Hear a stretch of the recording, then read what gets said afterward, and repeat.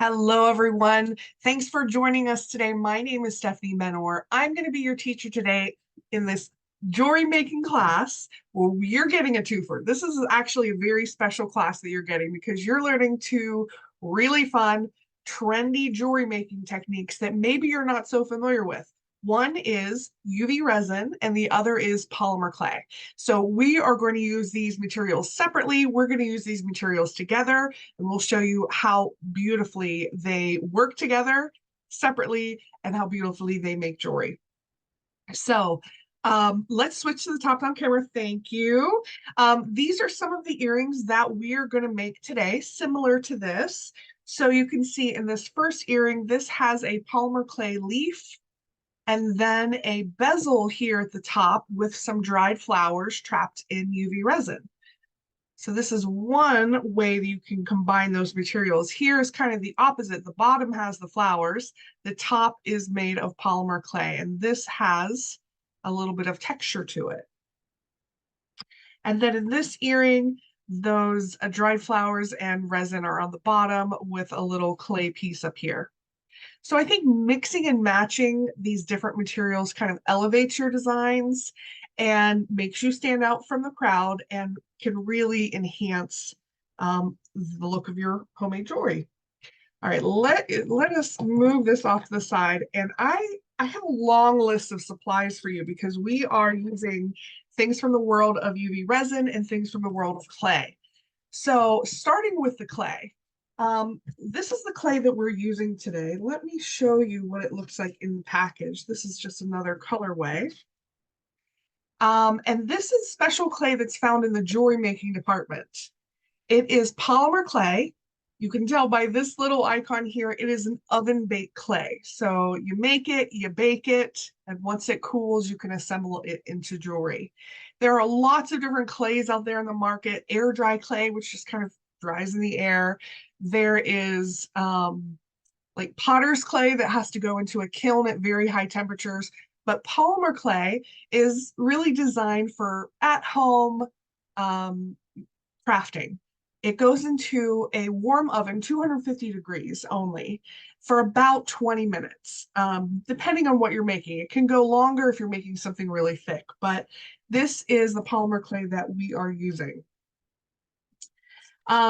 This blue thing that I have here is actually a silicone sheet. I lay this down onto my worksheet so that I will not make a mess. Silicone becomes really important when we start to talk about the supplies that you need for the UV resin portion of it. Okay, what else do I have over here? I have some ceramic tiles. So this is a 6x6 ceramic tile. I use this as my work surface and I use it to bake on. So that stops me from having to transfer something from my work surface to a baking sheet. That is one less time I have to touch it, one less opportunity for me to stick a fingernail in it before it's baked, get a fingerprint in it before it's baked. So I like to work on the same surface that I bake it on. However, if you do not have a smooth ceramic tile, these are less than $1 at the home store. Then you can work on a flat surface and then transfer it to a baking sheet. Now I'll show you how to do that. So other than that, we have a whole assortment of clay cutters. We're going to use some of these different shapes today. We have some clay tools. These are thickness guides to help us get our clay in the right thickness. We have some texture sheets here. These are double-sided, so it has a scroll work on this side and kind of like a, I don't know, what would you call that pattern? It's like a desert cracked pattern. We have some floral patterns, but this is how you get texture into your clay. I have a whole range of clay tools, including a roller and different kind of sharp tools and shaping tools. And inside this little case is a very sharp blade. And here's the blade that I use out of the case. So this is a great basic polymer clay jewelry making tool set. And again, everything, the UV resin, all the clay stuff, this is all available in the jewelry making department at Michael's. So we have our clay tools. Of course, I have an oven. If you are crafting along with me, now is the time you probably want to preheat that oven. You want to get it nice and evenly heated to 250 degrees. Now, so that's kind of the clay part. Let's talk about the UV resin part. So to start with, you need a bottle of resin. This comes in a bunch of different sizes. I have a few sizes here. But this is a little bottle of magic, and it is unlike other resins where you have to mix two parts together. This is one part, it pours out, and it cures in UV light. So I do have a UV light here. If I hit the button, you can see that light comes on, kind of similar to what you see at the nail salon. If I hit the button again, it turns it off. It has an internal timer that will run for 1 minute. I have, what else do I need? I have some other resin tools, namely just a wood stick. I have a little hand drill here that we're going to use, and a whole bunch of findings. And these little guys here, which are known as bezels. So bezels are just frames that you kind of create inside. And bezels are one of the most popular ways of working with UV resin. There are many, many ways of working with UV resin. I have a bunch of earring findings here. I have some ear wires, jump rings, some little flat pads, and I'll bring in some other findings to show you options along the way as you craft. Okay, that's enough of me yammering on. Let's get started. And we're actually going to get started with the clay portion first. So let me bring that right back in here. This is how the clay comes. You'll notice that it is flat. It comes in this flat slab. And this clay, let me just grab some here. This clay is special because it also comes in patterns. So where those patterns are inside the clay, they go all the way through the clay.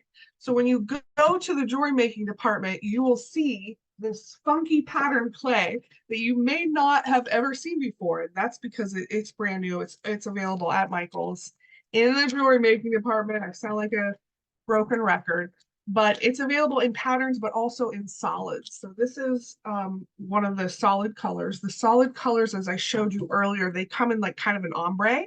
So if you like green, you can get all of the tones of green in one purchase. We are working with these kind of coral peach, comes with these 3 colors in a package. And the difference between working with pattern clay and solid clay is that you have to condition solid clay first. So I'm just actually going to break off a piece of this. And you want to condition it. So you can see when I first take it out of the package, it is kind of, let's see, you guys are very zoomed in. Let's bring you out a little bit.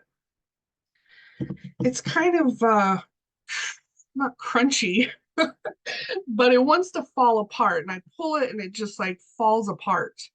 And we do not want that. When you're using clay, when you're using solid clay, you want to do what's called conditioning first. And that is exactly what I'm doing here. I'm just working it with my hands. I'm warming it up. I'm getting the clay ready to make masterpieces with me. So you can condition the clay just in your hands like this. If you have a pasta machine, if you're super into polymer clay jewelry making, you probably have a pasta machine that you dedicate to clay, and you can run it through that pasta machine several times. That'll kind of get it going. But there's nothing that compares to the conditioning that you can do just with your bare hands. So I wanted to do this for you in real time. So you saw me take it out of the package. And you see me working it with my hands here. I can feel it warming up. It's getting softer. And when I start to pull it, you see that it starts to be more jelly-like. It doesn't just crumble and break apart. So I know that it's getting really close. I can feel that it's warm. And this clay is basically ready to go. So I set it down on a smooth work surface. So this, like I said, is a ceramic towel. I'm going to move the towel like this so you can see that it's smooth and shiny. There are tons of tiles at the home store, and just be careful because some of them have texture to them to like look like real stone. You want a smooth one. All right, now we are going to bring a tool in. This is um, the same tool that I showed you in that toolkit. It's just this one's been used. It's got some love on it. If you're working with dark colors of clay, they will transfer to your tools if your tools are white. That color will transfer, and that's okay. I keep scrubbing this one and it just keeps coming back. I scrub my tools with warm soap and water.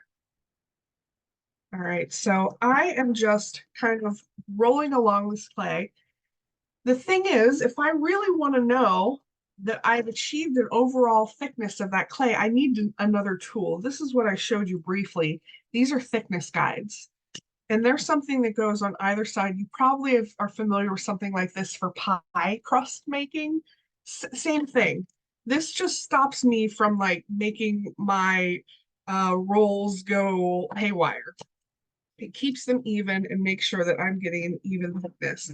This particular thickness is about 3 millimeters. All right, so that is looking pretty nice and flat. You notice I don't have a lot of clay out here.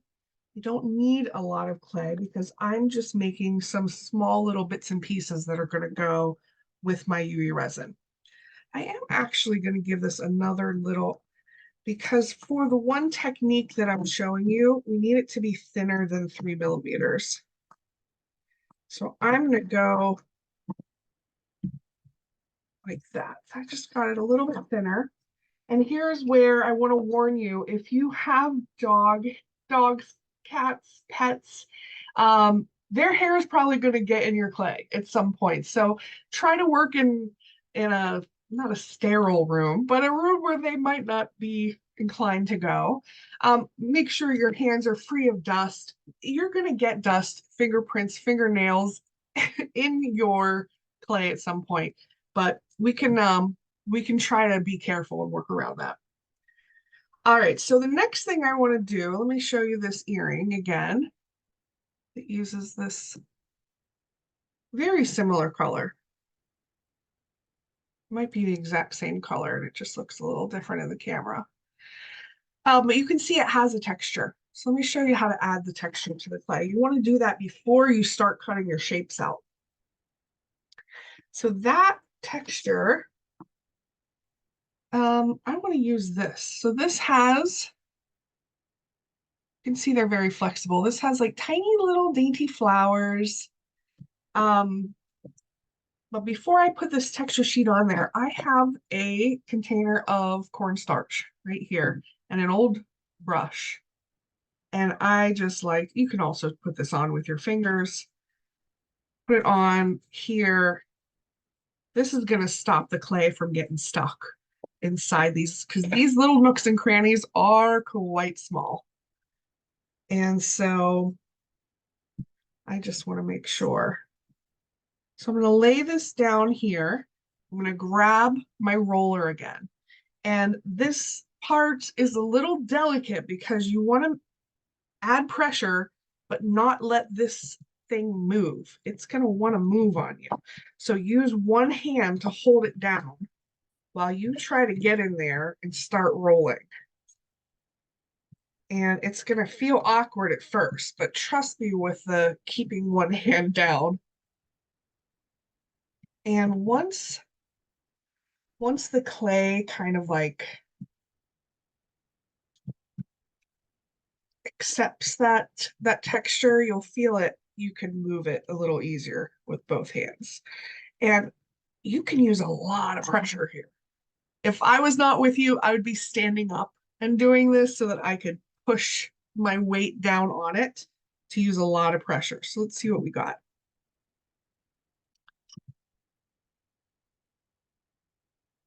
Pretty. Okay. All right, so texture first, then cutting. So we are going to cut. So since this is earrings, everything you do, you know, you need to make two if you're making earrings. Here is a cutter. I have all sorts of little cutters. There's a question in the chat from Amber. Thank you, Amber. This is a wonderful question. She asks, is this the same clay that you would need to make like a cup or a plate? And the answer is no. That type of clay, I wish if anybody in the chat knows the type of clay, that's like, I call it potter's clay. You would have to go to a pottery studio. That's the type of clay that you put on a wheel and you roll out and form into shapes. And that has to go into a kiln that is like, I don't know, 1500 degrees, some crazy amount of temperature that we don't have access to at home. This is not the same thing. This is polymer clay. It cooks only in 250-degree ovens. So it is very different than that clay.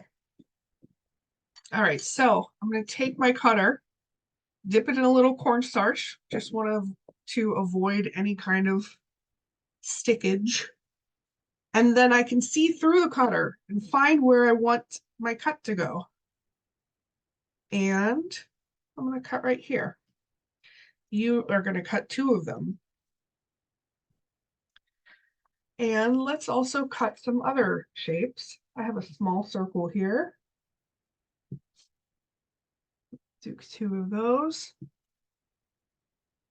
And I'm concentrating it only on the areas where that texture really came through. And I have a smaller teardrop here.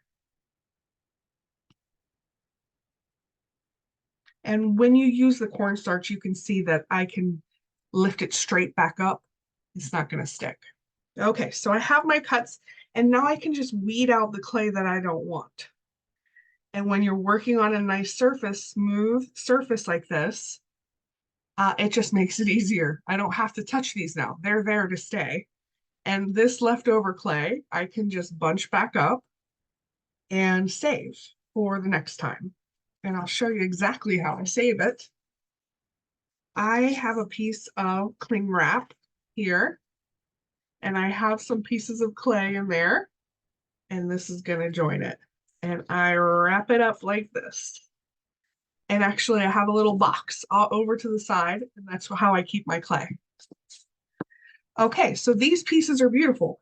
If I didn't need to do anything to them, I can just take this tile and put it directly into my preheated oven. Say it with me, 250 degrees for 20 minutes. But I still have a little bit of work that I want to do before that, because this larger teardrop, I want to turn it into being more of a 3D flower petal instead of a straight teardrop. So here, excuse me. Ooh, excuse me. So here I have my blade. This is the blade that comes in the basic toolkit. It is very sharp. It is extremely sharp, and it is very flexible, as you can see. And this is what you would use to transfer this somewhere else. And to do it, you want to keep it parallel to the bottom. And I'm going to move this first one. So I'm keeping it parallel and scooching it, scooch, scooch under till I can pick this up and I can move it somewhere else. All right, so this is the one I want to pick up. Scooch, scooch under there. All right. And to get that 3D effect, I'm actually just going to pinch the top of it. And I'm trying to be careful because I don't want to disturb that texture that I just made. But I'm just adding a pinch. And I can try to just perfect that slightly. And then put it back down, and that can go into the oven.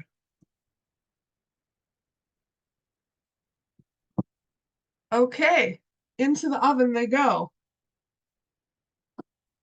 Just pretending, because I already baked I already baked a set of these. Okay, so here's what they look like when they come out of the oven. This one was made by somebody else. You can see it's just a little bit different shape than what I did. The next thing you'll have to do is put a hole through it. This does already have a hole in it, but we're going to pretend that it doesn't, and I'll show you how to do that. The rest of these pieces, they just release from the tile like that. I'll show you the back. And at this point, you can give them a little bath to get that cornstarch off of them, and just warm water if you want. And then we're going to decide how we're going to use these pieces. So let's move these off onto our work surface. I did some that were just solid and then some that used texture. And then this is texture plus folding.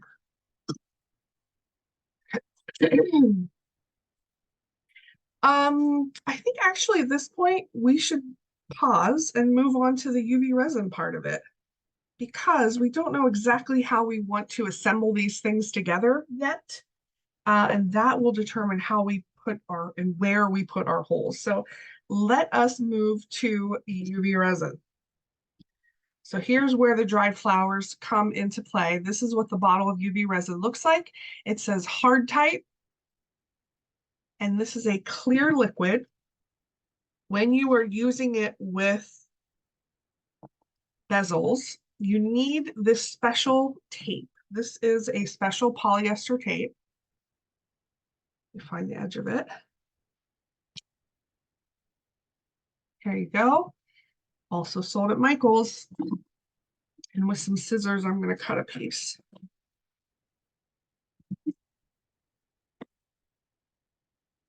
Okay, so I'm going to flip that tape over, sticky side up, take my bezel and lay that down. And at this point, I really want to make sure that bezel is stuck to that tape. And you may think to yourself, can I just use packing tape? No. No, you cannot.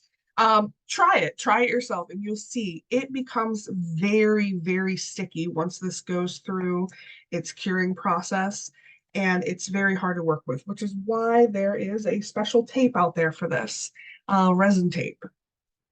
All right, I'm going to bring you in a little bit so you can see the action going on.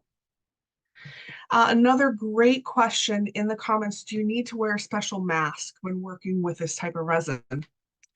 I do not have a mask on. I do not wear gloves with this resin. I've never had a problem.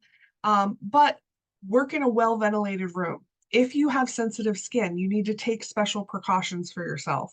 If you've had a problem in the past, please take precautions. I've been working with this product for 5 years, and I've never had any problems. I hate the feeling of gloves when I'm trying to craft, so I don't wear gloves either. But I do have a well-ventilated room here. I have a ceiling fan going, just kind of moving the air around. All right, let me get a wood stick and some flowers. So this is what, woo, that is close. This is what the flowers look like when you get them in the store. They're kind of all mixed with greenery and different kind of flowers. What I like to do is open up that package. Ooh, bring you out. Open up that package and kind of organize them. Inside the package are 2 pieces of acetate, and I like to keep them. This is how I like to store the flowers, flat, so they kind of nest within each other. I have the flowers separated from greenery here. We'll use both of these. Those are the flowers we're using. And in particular, I want to use this kind of a lacy flower. And here, a nice pair of tweezers really comes in handy. I'm going to gently move these flowers to the side. They are so delicate, but you do want and need dried flowers when working with UV resin. You do not want to put any type of fresh flower in there. It may look cute at the beginning, but it will get funky over time. There's just too much moisture in there. I'm just picking out some of the green pieces. Okay, so here is one of the flowers we're going to be using, so delicate. And I want to kind of turn it into flower. I want to separate these little individual stems of blooms. I'm going to get a little scissors out. and try to like cut around the middle to separate these, preserving the stems or not.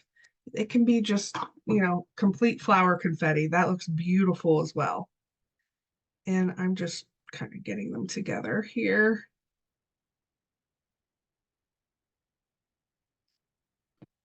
And this one I need to cut a little bit more. You can absolutely dry your own flowers.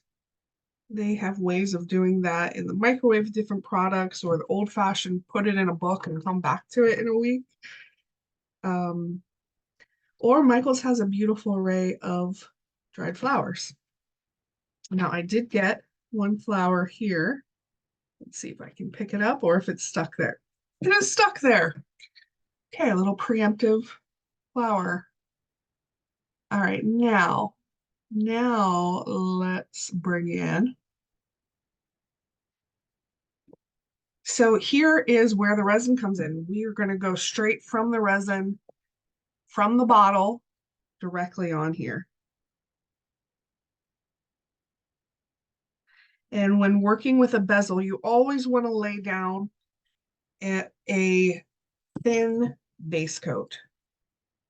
So coming in with my wood stick, I want to make sure that that gets to all of the edges of the bezel. This is like prepping the bezel so that I can add whatever designs I want in it. And unfortunately, I did get one flower there in the middle. It's going to be fine. You'll see. You'll see. All right, bringing this to all the edges. You can see that it's kind of like self-leveling. I can run a stick through it and it kind of corrects itself. But still, I want to make sure that it gets to the edges and that there aren't any, I don't know, like kind of gaps. Okay, I also have a paper towel off here to the side where I can wipe my stick off. And now is my pre-cure step. I'm going to bring this light in, set it right over that bezel, and cure. So for this pre-cure step, we're only going to cure it for 1 minute. That is what this timer is set at. So it will run for a minute and turn off. If I need to run it for another minute, I have to turn it back on again. Cure times are anywhere from 2 to 5 minutes, let's say, depending on what you're making. These pieces that we're making today, because they are so clear, really require very sort of to the lower end of that window. If I had added a whole bunch of glitter, a whole bunch of stuff, tints, that blocks the light. You need to cure it for longer.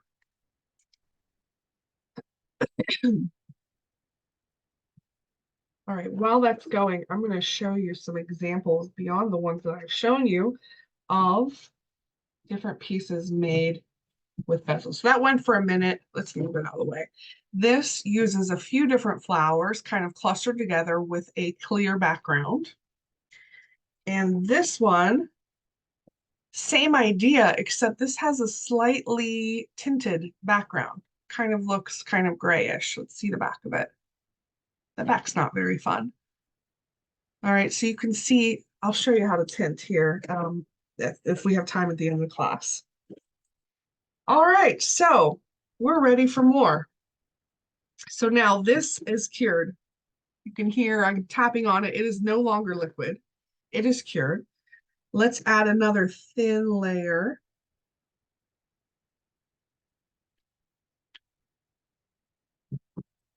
And spread that out. Working in layers is always your friend with UV resin.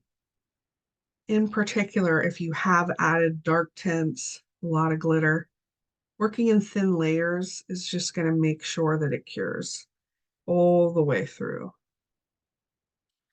Okay, so now I've gotten that wet, and now I can just go grab, with this wet stick, I can go grab my flowers and start placing them down. So what I want to achieve here is a little bit of an ombre effect where the flowers are more concentrated. Let's see, toward the bottom.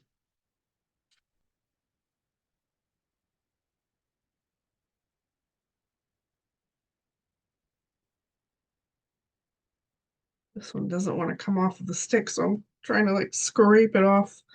There we go. And it's up to you. You may stop here. But I say, why stop there? Let's add some more.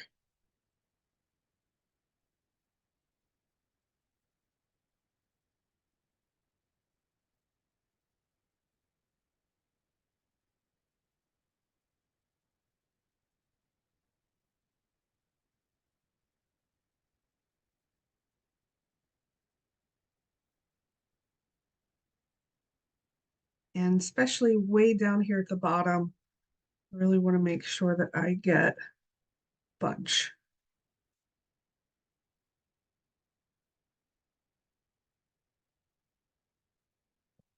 Some of these aren't even full flowers. It's just like a little piece of flower confetti.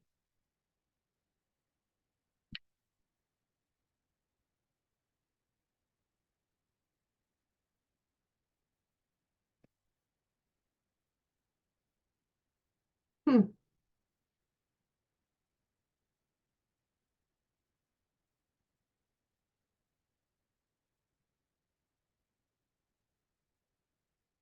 Cute. I think it's looking cute. Okay.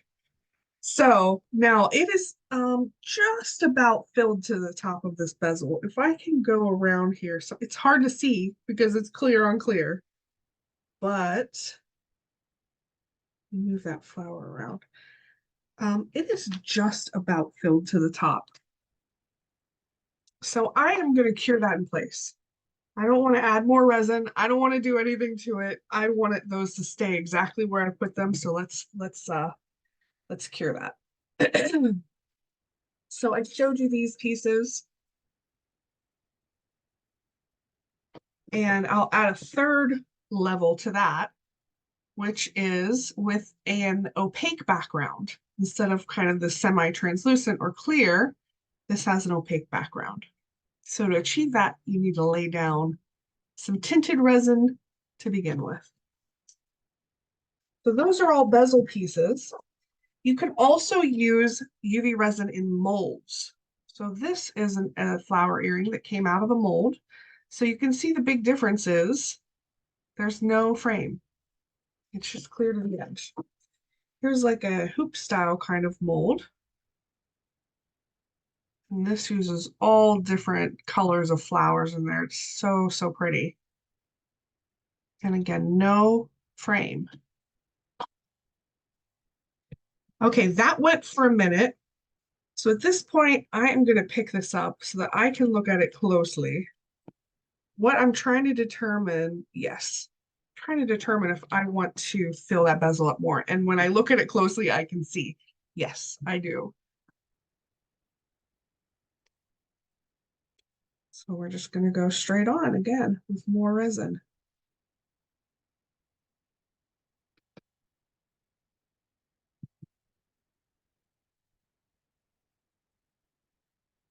And so now we are encasing those flowers inside the resin,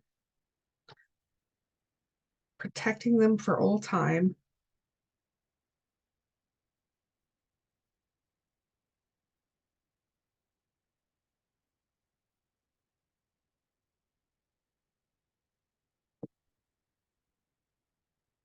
All right, cure it. I want to show you one more piece here, which is one of my absolute favorites, this little butterfly charm. So this came out of a mold. Notice there is no frame to it. The back is almost opaque white. And then the flowers are on top. Then those flowers just pop so much more because it has a color in the background. But it's up to your design. If you are like a little more simple, little more, I don't know, sophisticated, the clear is the way to go. This would be great for a little girl's print.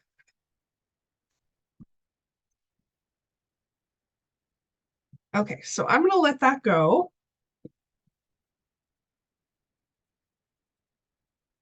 But I'm gonna move it off here to the side because I want to do one more. I want to do one in a mold for you. Let me see.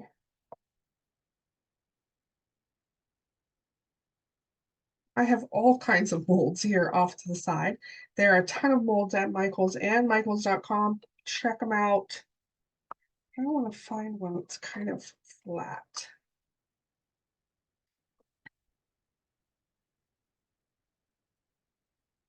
Flat and open. All right, we're going to use this. So this is a silicone mold. Okay, this went for a minute. I'm going to turn it on for one more minute just to be sure. This is a silicone mold available at Michael's. You can see Blue Moon Studio logo on the side there. You want to use a mold that is completely clear. The other thing you notice is that these shapes inside the mold have these little pegs on them. That creates the hole at the top of your shape so that you don't have to drill a hole later. So that's pretty nice. I'm going to use this circle shape here, and I'm going to move what I just did way off to the side because I don't want those UV rays hitting what I'm about to do here. When you are using a mold, you want to make sure it's nice and clean too. And my trick for that is you want to use Scotch tape. And I'm trying to find my Scotch tape. It's somewhere around here. Can't find it, so let me use this other tape. So I can see inside the shape that there's some maybe glitter, a little glitter inside there. The easiest way to clean it is get in there with tape. It'll just pick up any of those little particles of dust or glitter or anything that's left. There might be some on the back that we're seeing. Yep, I think those were on the back.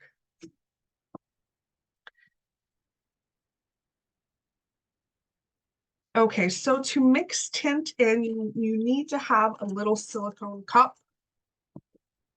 something like this. And we are going to put that resin directly into the cup.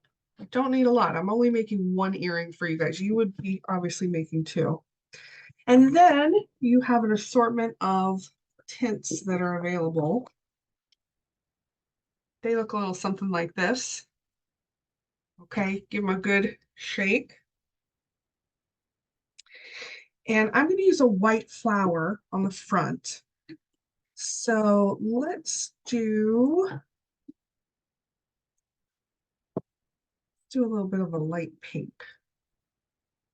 So here I'm taking a tiny half drop, if I can manage it, of white.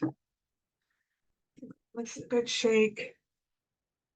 And a tiny half drop of red.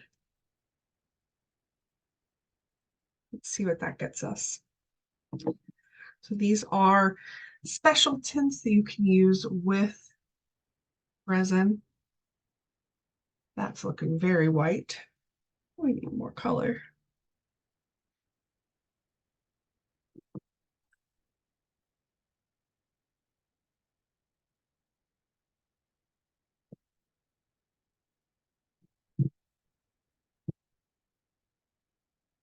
However, if you don't have these tints, try a tiny little half droplet of acrylic paint, cheap acrylic paint, and that will give you a tinted effect.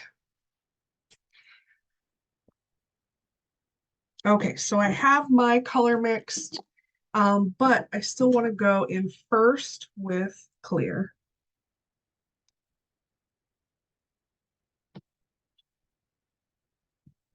And the difference also between bezels and molds is with molds, the front of your piece is under here. When you pop it out, that's like the perfect side. And so we're kind of working upside down in a bezel. You can see me moving this around.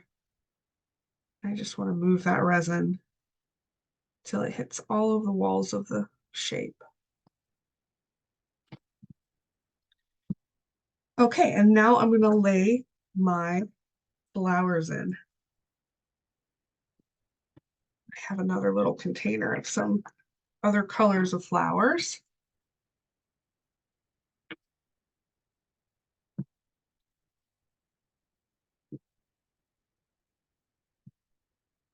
Oop.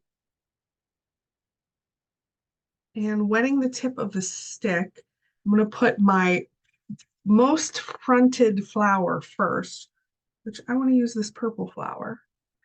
And I'm kind of looking at it to see which side I want that to be the front. I think this is the front of that flower.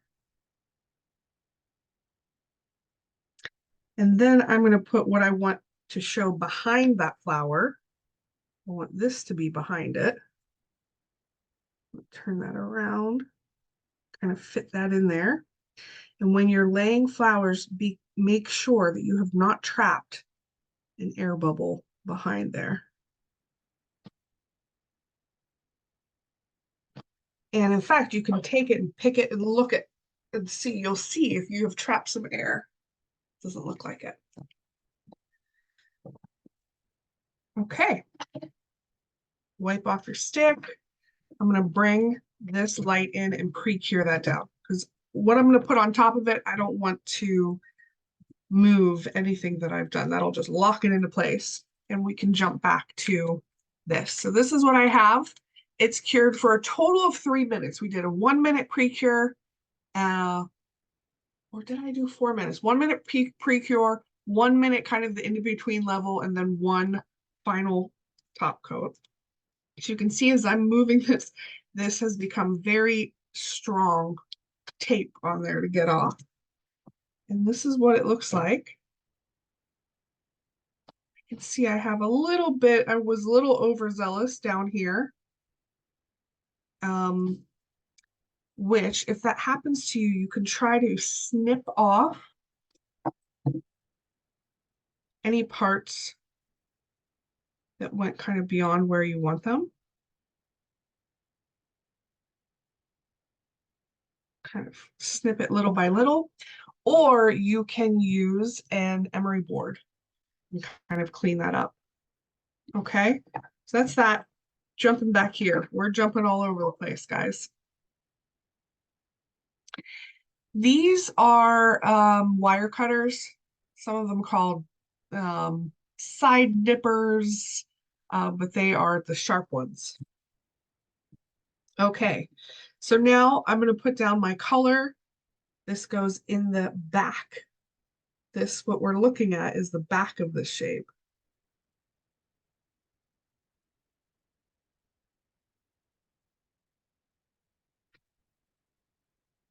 And just letting that flow around that silicone peg.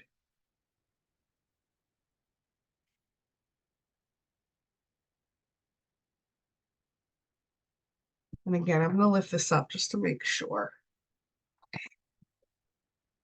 And let's cure. So I'm going to let this cure longer than I let the last piece cure because it is more opaque. And so I'm going to let that go for several minutes while we start to assemble some jewelry. So we have this piece, and then we have all of these pieces that we made earlier. And then I just get to decide how these go together. So I want an earring topper, and I really like that. You could do an earring topper like this.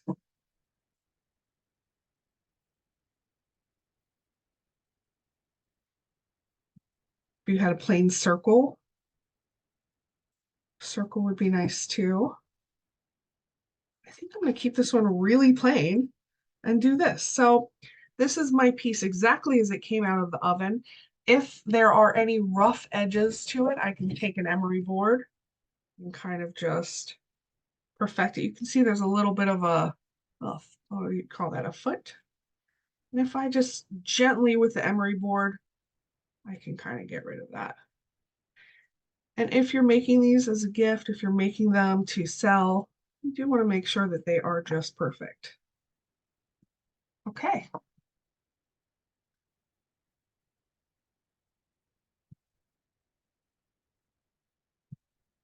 All right, so this is how I want to assemble my piece. So I need to drill some holes into this shape. And here I have a little hand drill to do that. If you have an electric drill and like a Dremel, that will also work wonderfully. I do not, so I'm going to use this. This is fitted with a larger attachment here. This is, I believe, 3 mm, so it makes quite a large hole.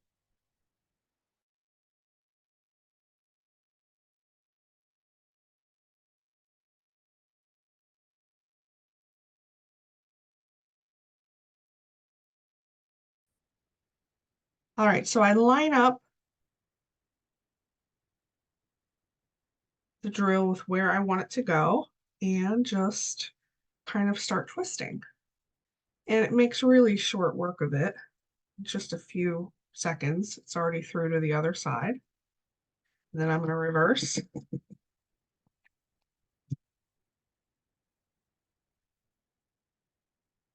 And just make sure I clean that up. You can get a toothpick in there, just make sure that you've gotten all that little clay confetti out of there. So at this point, I can stop if, depending on the kind of binding that I'm going to use. So these two are going to connect together like that. So if I want a type of binding that is going to make more of a stud type earring, like this would glue onto the back of this.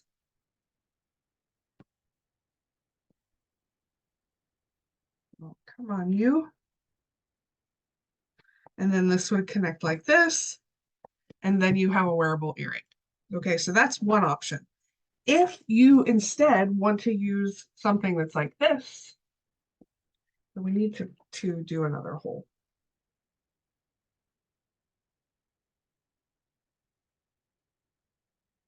All right, so this has gone for maybe 3 cycles. I keep turning it back on. And a little trick, you can turn it over after it's gone for a few times and put that light back on.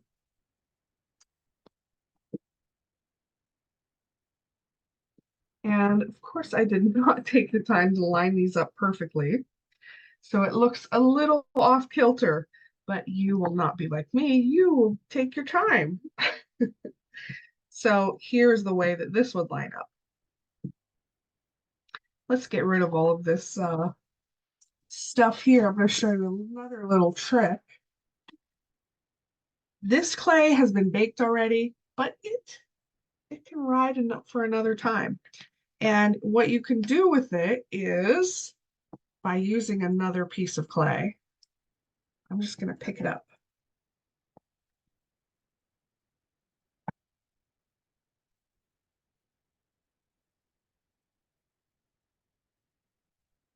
And look what I've made.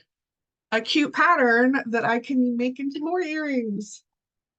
It's kind of like terrazzo. And just cut those and rebake it and it will be fine. So you're using every tiny little scrap. Okay, back to this. So let's do this final joining. Now I am going to need large jump rings.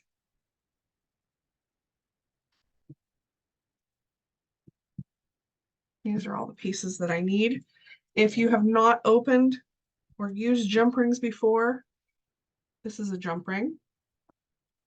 And you open it like this. You kind of bend it open like a coil. So this is going to go through here and through here. And then it's going to close back to a circle. And then same thing on the top, another jump ring. Open that and connect these.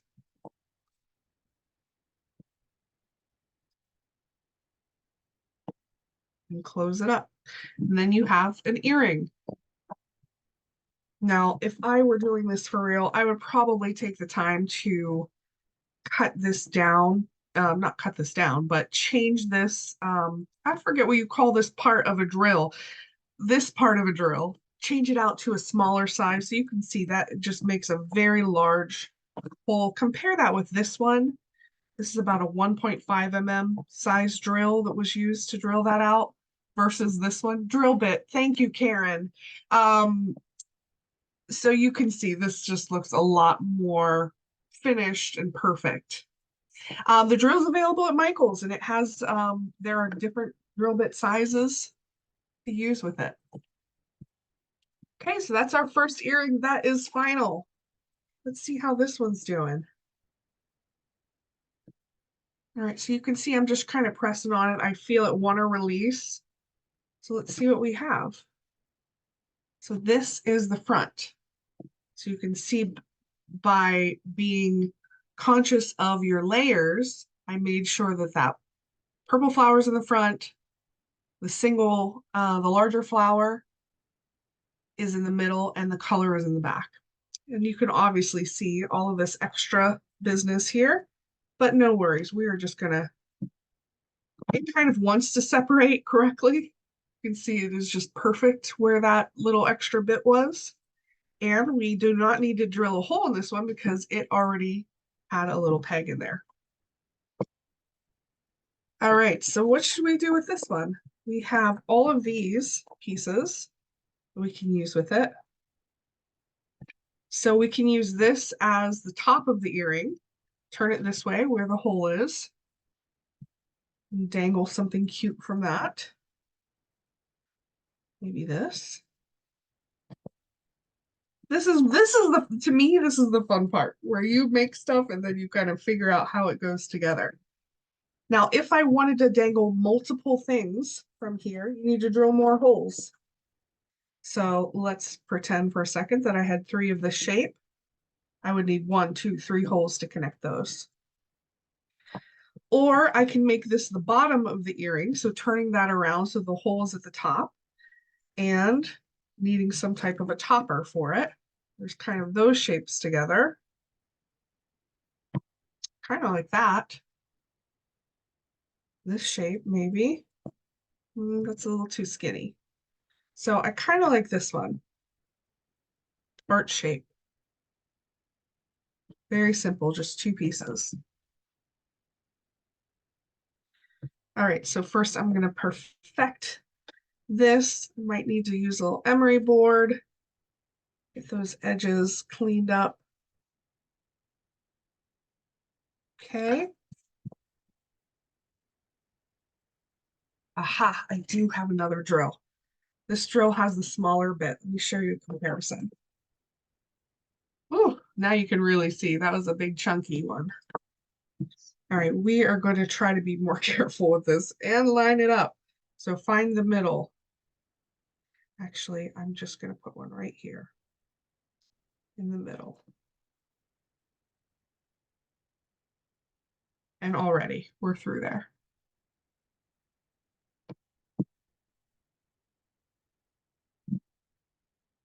Just making sure that got through cleanly.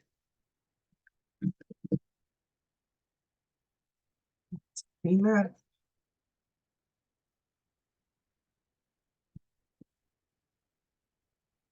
Okay, so for this one, I am going to use this stud type because I wanted to show you how to use that. Just your preference on how you want that earring to go through your ear. And I want to glue that onto here. This is the glue that I use, Loctite super glue. They have regular Loctite super glue, but this is the gel version. It's the same thing. It's just more of a gel texture than the very liquidy, crazy glue kind of a texture. And I'm running out, but hopefully I have enough. That's all. Sing a song, say a prayer. Oh, you.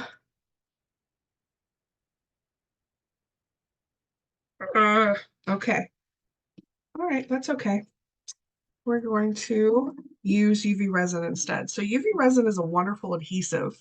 It can be used as a glue, and that's what we're going to do here.